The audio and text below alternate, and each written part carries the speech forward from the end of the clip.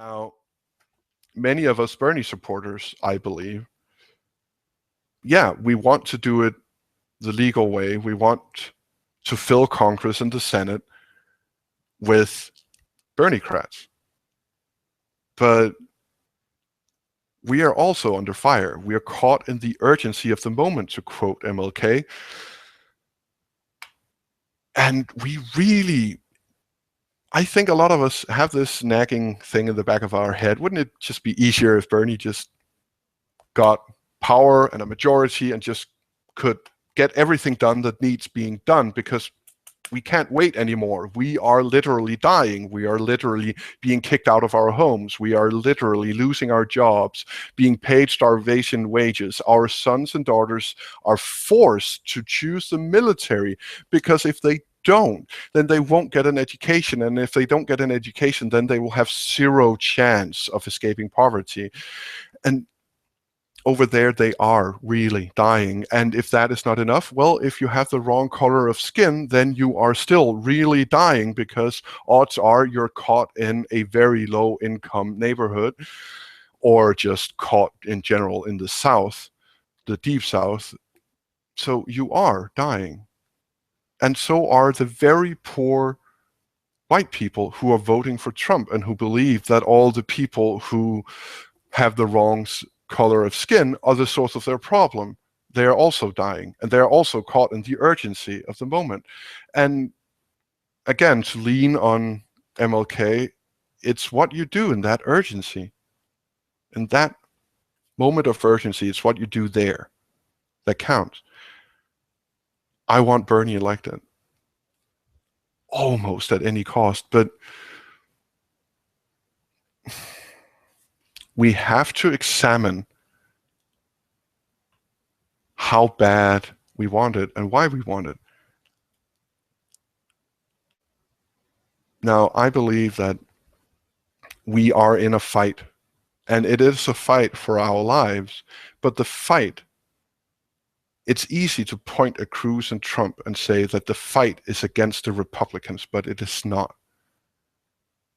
The fight is against propaganda. The fight is against people being caught in echo chambers of opinion because they get spoon-fed search results that they already agree with. They get spoon-fed messages on Facebook that they already agree with. No one gets challenged in their bubble anymore. And everyone gets reinforced in their bubble of how right they are by memes that effectively sum up and summarize and demonize other people who are not like you, who are dumber than you, who doesn't know what you know. You have to escape from that bubble. The fight is against corporate media. The fight is against being extremely ill-informed. The fight is against the extreme injustices that exist in our society.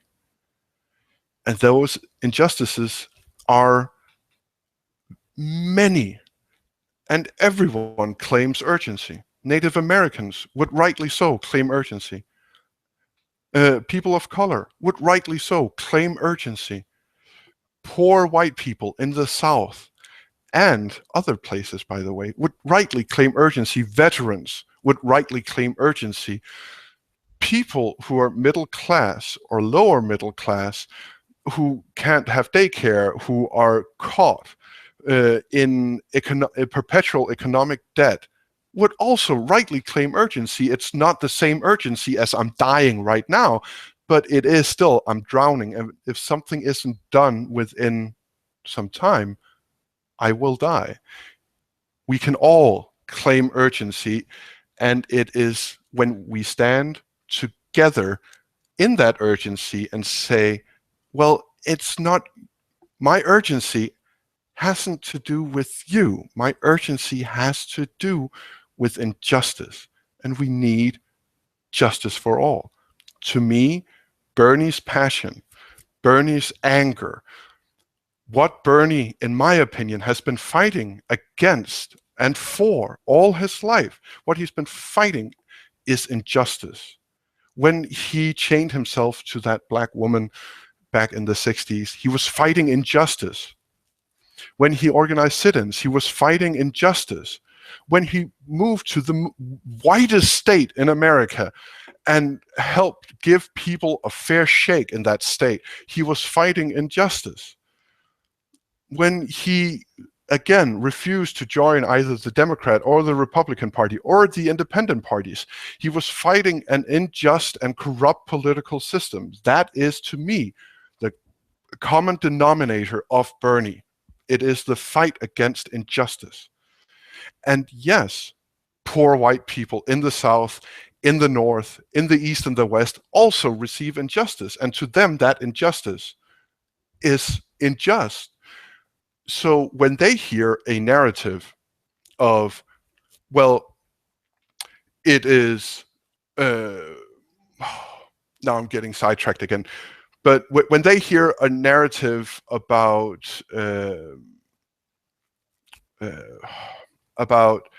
well, we have to take care of people of color because it is racism to not help them, and it is a great injustice that is being served onto them, so we have to specifically help them. What I believe that they are hearing is, but I'm also experiencing injustice.